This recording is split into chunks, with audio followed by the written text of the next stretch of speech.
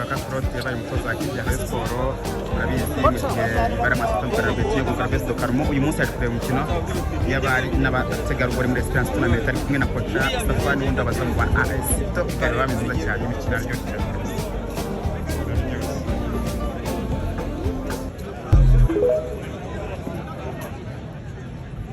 So rero bakurikiranye umukino wundi rwose kipe ya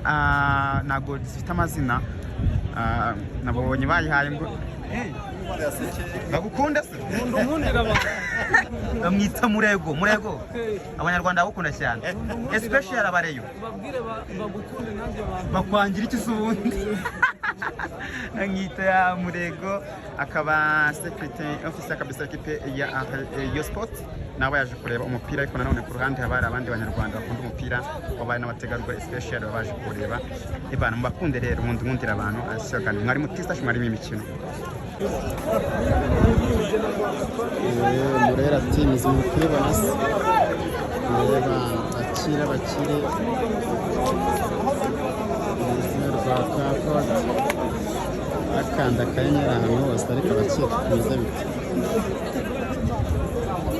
Twagira!